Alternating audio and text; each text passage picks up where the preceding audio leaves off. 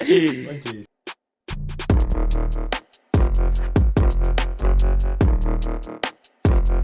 Many kilos. This is very heavy. Many kilos. Okay. And that's all the work you have done. Everything, the graffiti works. There.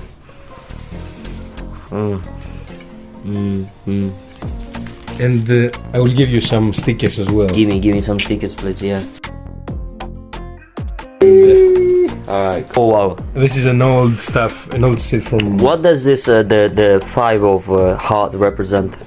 We were 5 people in a crew. 5 people in a crew. Alright. So like, this is from a painting I have, but it's up here. I've seen that on your Etsy. Yeah, on the yeah. That's wow. You know I see that. You know where I see that?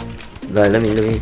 You know I see that in someone's living room, for example, at some rich guy's house. Light source, so yeah.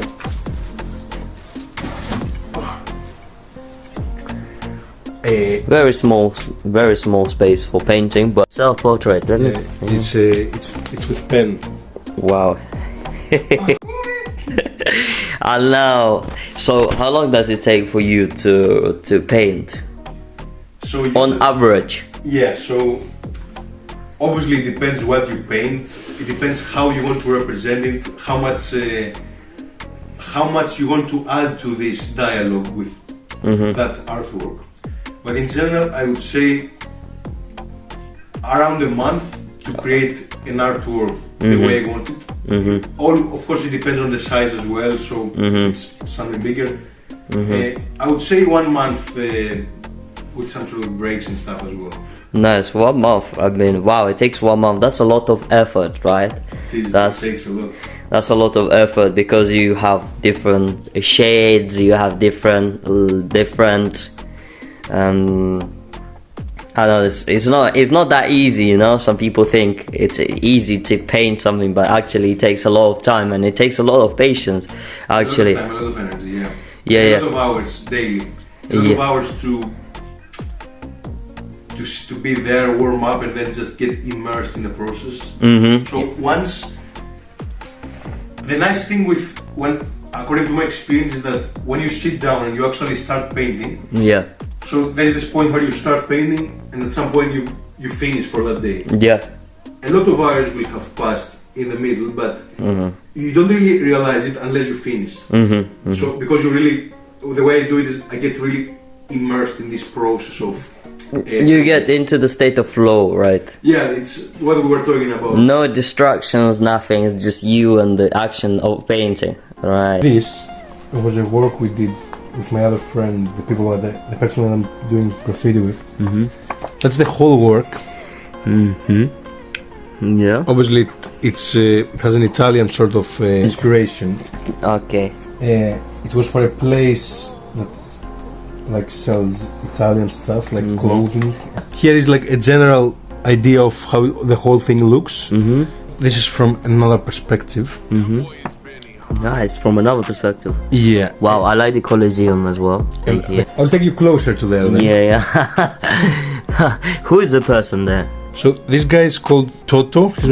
Toto is an Italian actor. Ah, okay, Italian actor. This guy is Del Piero. Yeah.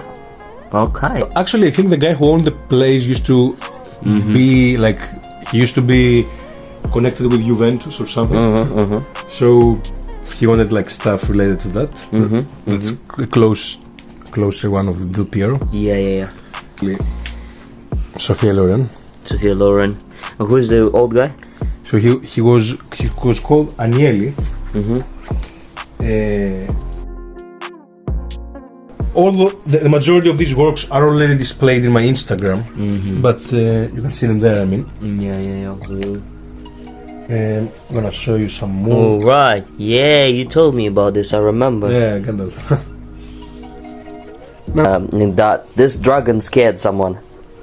Yeah, so that's actually at my high school. This used to be at my high school, and I was actually caught on the spot from the director of the school, and he suggested that we should like cover it up immediately because it was going to scare like the kids from the high school. Scare the kids from the high school. Imagine how good he is that this one was scaring the kids from the high school. They were thinking, I don't know what they were thinking. Maybe they were high while they were passing by this. Obviously, you know, we're talking about kids between 16 and 18. Yeah, so. definitely high on some shit like. And this is Santa Claus, yeah? Santa Claus, yeah. That was for we made that for charity purposes. Alright, charities. Have you heard the Santa Run sort of thing? Unfortunately, no. When we had a conversation, he was pointing about the brush strokes. So what were you saying about the brush strokes? You connected that to the artist style. So what do the brush strokes, the style of painting, mean to you? Like the paint and the brush is rendering itself. The rendering itself, yeah. On the canvas. It's basically your own expression of understanding of what you're doing. And as I said the other day, if you take 10 artists and you ask them to paint the same thing from the exactly same point of view, they would create different versions, and these different versions would be the different psychic patterns they have. Would be the different way they understand and conceive reality. It's basically how you start your painting, how you proceed it, and how you finalize it. Theoretically, you don't finalize the painting ever, but as if you're in chaos, and now you want to create some order, and you want to light some areas. So I like that. I'm gonna give this. I'm gonna give an example again, like the other time from from video games. So you know when there's some sort of video games where you begin, you can see your character on the top part of, or somewhere at the bottom you can see a little map which is dark, and the more you go around and discover it, now it becomes lighter. Yeah. So it is as if you try to create some sort of order out of chaos, I guess, and the way you will lead yourself is through the brush strokes, and this is where you become unique. This is what separates you from another artist. This is what makes you being you. And that's the interesting part to explore with painting.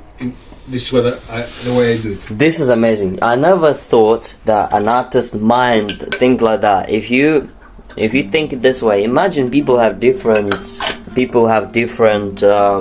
ways of thinking. An artist thinks differently. For example, artist thinks in like very small details as well. There's small details and big details as well. So they have to see the whole picture, but at the same time the small details. Yeah.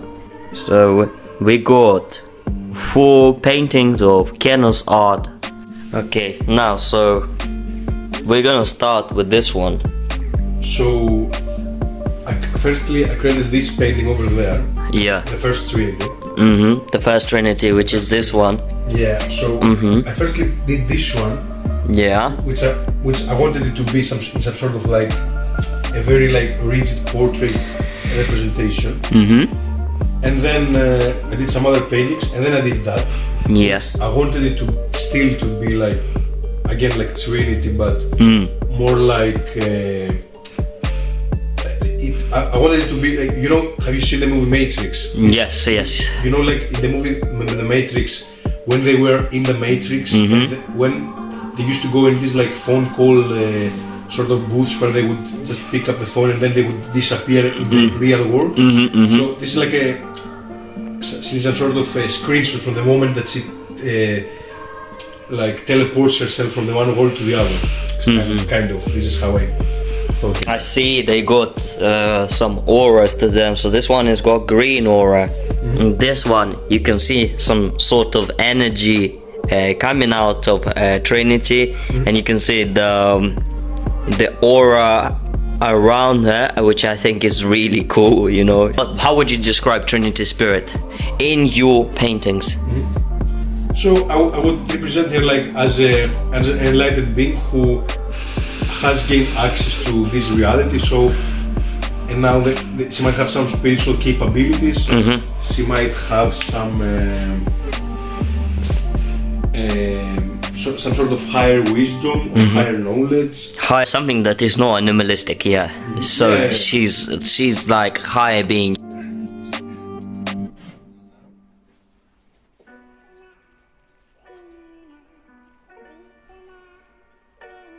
also, now let's move to this one.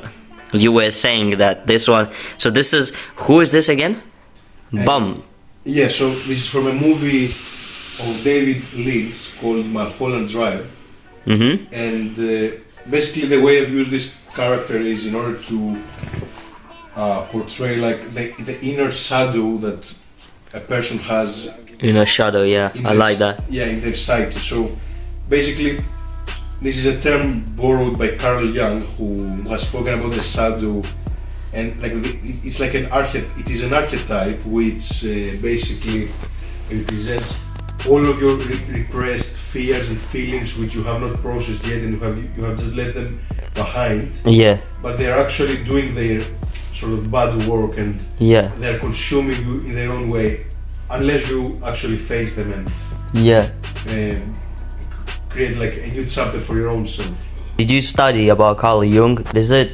Yeah, basically. Because you mentioned Carl Jung, so what is the relationship between Carl Jung and this painting?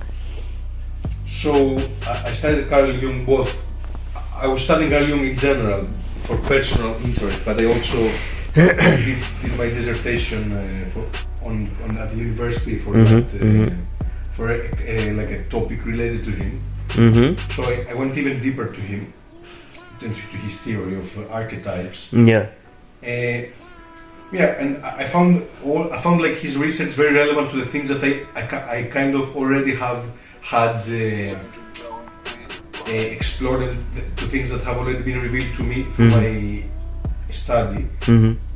So I saw that he was like a very spiritual person with very spiritual sort of stances and beliefs, and the way through his studies he created like he said things that were very common to the spiritual realm.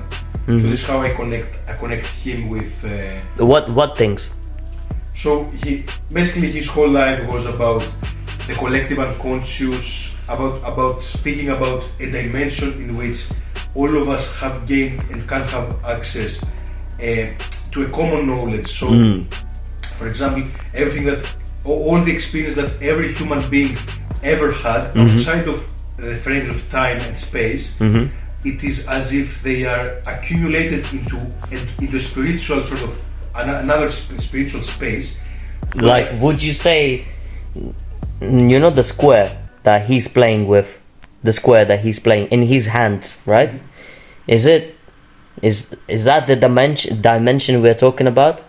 So in the movie, this box is used as a gateway to other dimensions, more like a portal. Yeah. I'm just using the imagery as a reference, but in order to tell my own stories, if you will. So again, for example, I will give you an example about this.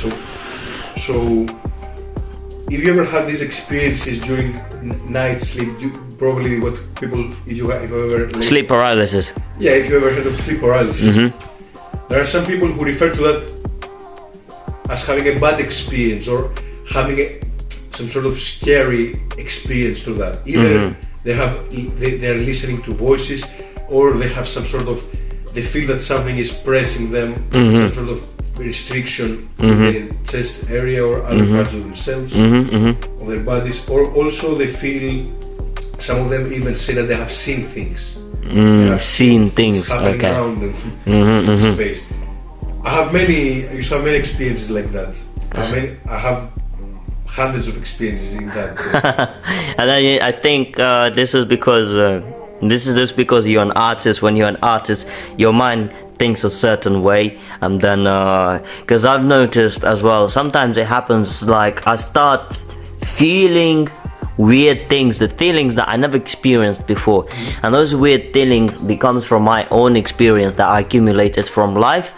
But those feelings, they come on the surface, and but I never experienced them before, so it's like new feelings to me. So because when you're an artist, when you're working as an artist, you have your own, you start to develop your own sorts of feelings as well. The bum, he represents the oppressed, right? He represents oppressed fears, oppressed traumas. And the way, I really like the way it looks, and the red color. It's like nuances of red, common, black, and I really like that his face is not very clear. His face is a little bit blurred, you know. Actually, I think in the woman in the movie it was supposed to be a woman. It's supposed to be a woman. Okay. Yeah, or some. It's a woman. Actually, in the actual movie, I think it was supposed to be a sexless, so genderless. So Genderless. Okay, so it's like it's not he or she, it's it, right? I think yes, but Right. obviously it was portrayed by a female actor, but I cannot remember the name of this actor, but yeah, it was supposed to be like a spiritual entity that is it has lack of gender. Like when we're talking about fear, we need to make clear that the basis of all things is that you don't know things. You don't know things. Yeah. It's very important to know that you don't know. And Yeah. by knowing that you do not know, then you are more honest in your exploration of things, in your attempt to start exploring yourself first, and then you can go to more collective concerns. For example, obviously we spoke about personal fears that different people can have, but then there are some more collective fears that humanity faces regardless of background, culture or place that you are born. So then we go to something more collective. Collective fears, I like that. Collective fears. Collective fears. Like fears that majority of people experience, basically. Yes. So this, the bomb represents collective fears as well, right? Yeah, it represents something which it is as if your fear could have. Imagine as if your fear can have a representation.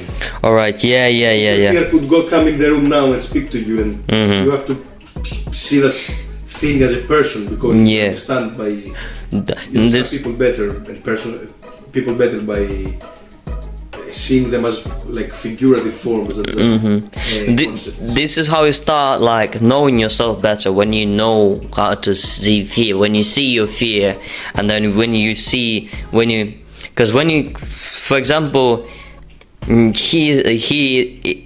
the face of this picture is a bit shaded, right? So it represents the unprocessed traumas, unprocessed fears. You know, sometimes, for example, you have some fears or you have some traumas that you don't understand where they're coming from, and they kind of eat you from inside, you know. And I think you have to vividly analyze yourself, be mindful, and see your fear, so then you can know yourself better, and then you can face your fear better. And I imagine this painting being in a room of a like underground artist, I don't know, a rapper or like someone who is into the night realm, into the underground realm. Into the underground realm, exactly. The actual name for this work of art was Oblivion. So you know what does oblivion means? Oblivion. It doesn't mean it's like confused. So yeah, but basically oblivion means something like as if oblivion basically means the state where you have no memory. So as you said, in order to process some things, you don't know where they came from. So you remember. All right. Go back into your own past, into your own memory. When you were younger, and sometimes you need to go even beyond that. You should go into the collective memory, into the collective fears, as we said before, and really process and digest what the nature of humanity, the nature of reality, to proceed spiritually. Nice. Now moving on to this one. You say this is your teacher, right? And you painted your teacher. Yeah, he was a teacher of mine in the university. The name for that painting is Echethleos. Echethleos was basically a figure that is mentioned in history, mentioned historically by Herodotus. He was supposed to be a figure that appeared out of nowhere during the Battle of Marathon during the ancient Greek times, when it was like the Persians who came into Athens. And what it has been recorded it is that suddenly there was this figure who came out of a cave, and that cave was addressed to the god Pan from ancient Greece. It was this god who, you might have seen him, who has the face of a goat and the legs of a goat, but he has a human body. Yeah, Pan, I remember. Or Panos. So what was told is that this guy came suddenly, and he was holding a strange weapon, uncommon for that period. And suddenly he started killing people by hundreds. So he killed many enemies by that. This is what it is recorded for him. And then obviously nobody knew who that person is or where he came from. And then they asked the oracle of Delphi, like, tell us, who is that person? And she said, the only thing she said was, you need to honor this person, worship that person by the name Echetleos. Echetleos, the name comes from a person who holds what they call as the Echethlon, which is supposed to be, it means basically in Greek, it means, it is like a plow, so it is the thing that the farmers hold in order to cultivate the land. Oh yeah. Or like to cut things. So the thing that he was holding was similar to that. So into the conspiracy or like sci-fi sort of discussions, this person is supposed to be, if not the first, one of the first time travelers. So people into the conspiracy sort of realm, and discussions, they associate him with time travel. So if he came from the future, nobody really knows how he would be. So I attempted to create some sort of representation of him, and he has this sort of futuristic, spiritual, or like wizard-like appearance. Right, and he was your teacher, right? Yeah. He was the technician of the school where I studied. Well, why specifically him? So he always gave me that vibe of a person with like long hair and beard, and he had this sort of philosopher-like appearance. No, the Marilyn vibes, yeah. The Merlin vibes, yeah. So this is what I wanted to do, give him this sort of Merlin vibe. I've used him as a reference actually for previous artworks as well, where he was like, I've used him as the philosopher, like there's like Socrates. He was a representation of Socrates. And I think that went quite well actually. People also liked it at the uni where I exhibited this, so I think it worked quite well. Yeah, it did work quite well, and I really like it. You know, this is amazing, and this is suitable into like a scientific laboratory or. This, like, I see this painting somewhere where people do science or people do some like futuristic stuff. I don't know. It may be Elon Musk's office, maybe. It's interesting that you associate it with like the scientific sort of circles. Yeah, because of the electricity and because of he travels in time, And look, some sort of Tesla vibes. Tesla vibes. This machine. No, okay. The thing is, what I've noticed, so he wears sort of like a blanket that people used to wear in the past, in the Jesus Christ times, right? Yeah, like a ritualistic sort of element. Yeah, and then you see the shoes, Look, the shoes. The shoes are from the present, They're like, if you look, the shoes, they're like the modern shoes, and the jeans as well. Yeah. So you see, at the top is like this. The future. Yeah, but or the mystical, and the other like is probably. I haven't thought of that actually the way you mentioned it. Yeah, so you see, this is how you know he's from the future, like the jeans and the shoes, but what he wears. What he wears on top reminds me of the Jesus Christ times when you see the images from the Bible or from the mystics. Or like the saints, they're having this on top of them, like. And then what does the wall represent? So obviously, according to the myth, guy appeared from inside a cave. So I wanted to give like this cave sort of vibes. Okay, so it's like inside inside the cave, right? It's inside the cave, and it's like at the very moment when he makes the appearance. It's a caveman, yeah. Yeah, but also it's like, you know the druids. You know, so he also gives me this. Oh, druids, okay. Yeah, like in England, for example, like here in England, you know, the Stoneheads.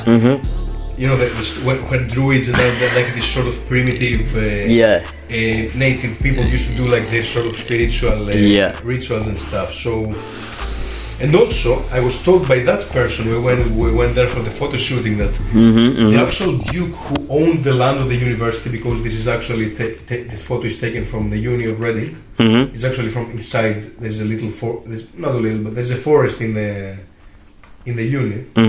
So I was told that the actual stones that were placed over there are very similar, and maybe I think they are also taken from that area where the Stonehenge is. All right. Don't get me wrong. Okay, you don't know for sure. I don't know for sure, but I think he told me something similar to that there is a connection to, or maybe they're from the same land. All right, but the stones are from real life. They're taken from real life here from the University of Uni. This location actually exists like that. We're gonna take you there one day. Okay, that would be amazing, you know. We're gonna do some shooting there as well. Alright, so Kenus, what do you believe about art? So, in general, I would say that art, it's something. So if you only can gain access to the possibility of maybe knowing what art is if you are an artist yourself. Yeah. Whatever domain that could be on. So in order to understand art, you need to be doing art.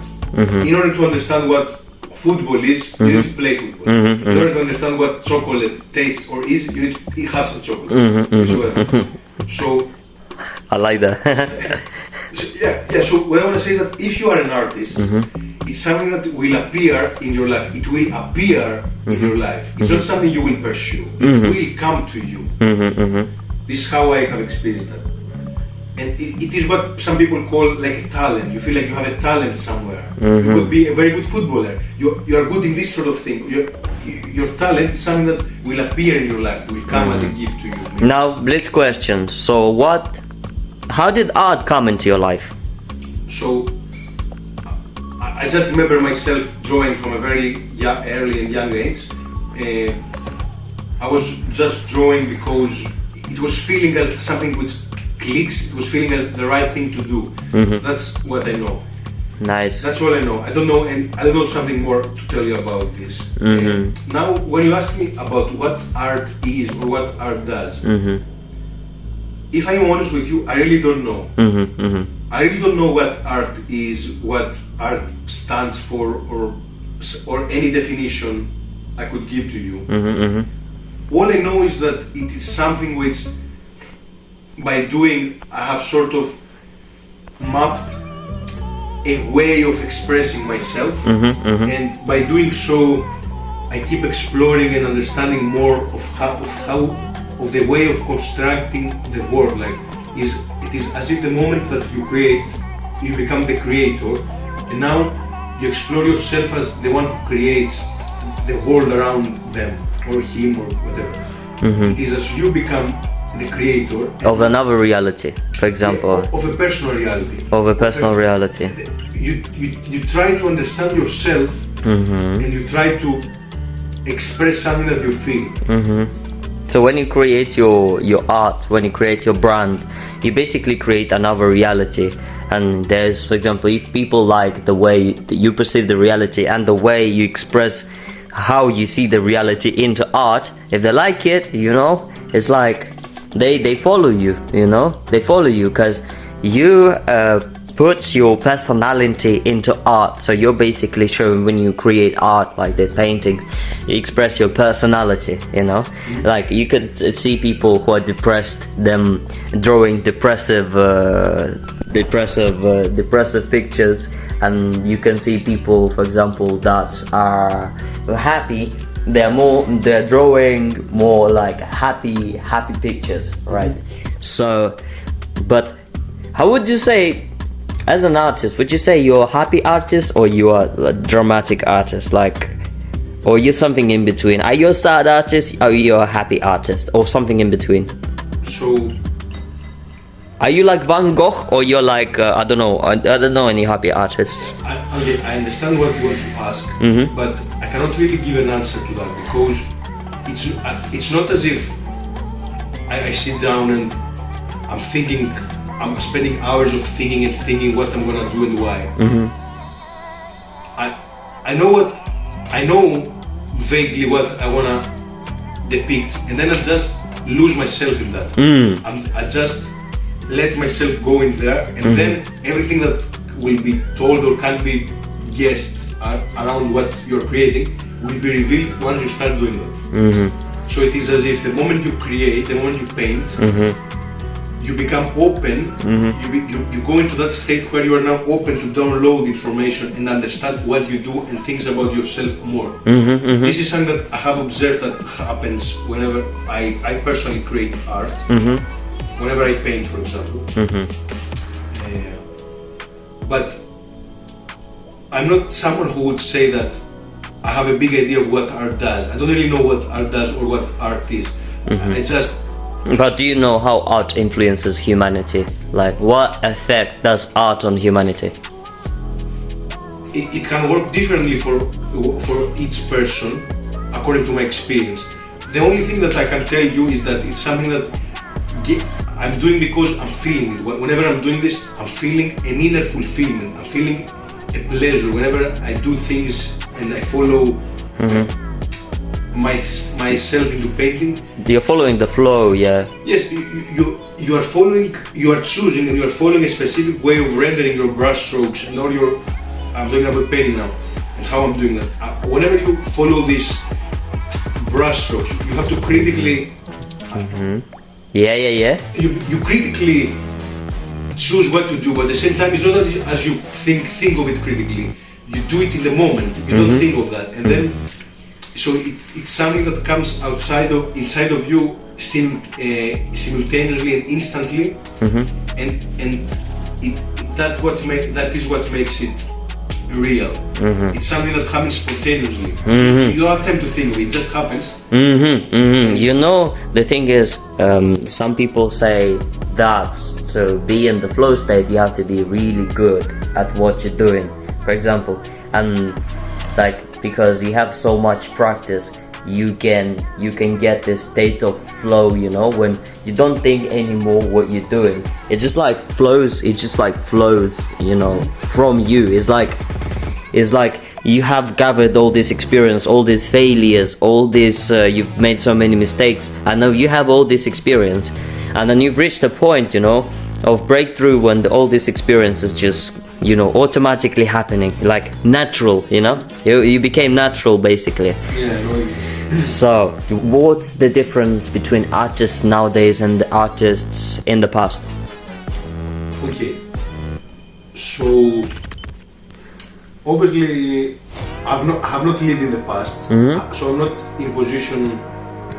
I will never be able to do what you're doing to me, so to actually interview an artist from the past and actually know what they really believe. There are some things that are recorded, some things that they have written down, and you can actually see their art. And if you're a painter and you will see a painting from someone who lived like 100 years ago, there is this thing that you can actually see what this person has seen in a way. Like I know that a person who paints, someone who is much more experienced than me, someone who is better than me, someone who paints more years than me, I know that they can see my paintings and they can see where I am at. They know what has been revealed to me, and they know what has not yet been revealed to me. And whenever I see someone who paints, so whenever, for example, I have shown some other people how to paint, whenever someone asks me for some instructions, I could see what they have understood from what I told them, and I can see where they are. And from that point of view, I can understand that there is someone higher than me who understands what I've done. So whenever I see paintings from the past, I can see that there are some levels here that I'm not yet, or something like that. And that's why people use other artists as references or like influences. What do you think about the artists nowadays? Do you like them? Do you think they're good or they're bad artists? So I would not say that there are bad artists or good artists. What I would say is that, so first of all, you asked me about the past, right? So if we see art from the past, we need to be sincere with ourselves and admit that, for example, whenever we speak about the ancient, like, for example, Greek sculptures, like, or whenever we speak about, like, you know, like ancient buildings that still exist, like Parthenon, again, from Greek heritage. These are things that happened thousands of years ago, that were created thousands of years ago. Yeah. We're actually still studying them, we're still making references to them in terms of their aesthetics. So there are some things which become universal and they gain some sort of importance out of time and space for us. So, and the same could have been told for other artists during the period of like Renaissance, when, or for like some painters like Rembrandt or painters like Vermeer. In my opinion, these are some artists which I really like and I study. So one should examine the reasons why someone makes art, first of all, why you make art. And then when you ask yourself why you make art, then this will define how you make art. So by that, as I told you earlier, if I look at a painting from someone who lived 100 years ago, I can understand some things about the way their personality was around that moment. I can see things that are told there for painters to understand, which probably someone who doesn't do art himself or herself themselves would not understand, and would actually, and these people who don't do art themselves, they will only interpret what they see externally. They won't do it internally. They won't go into the thing.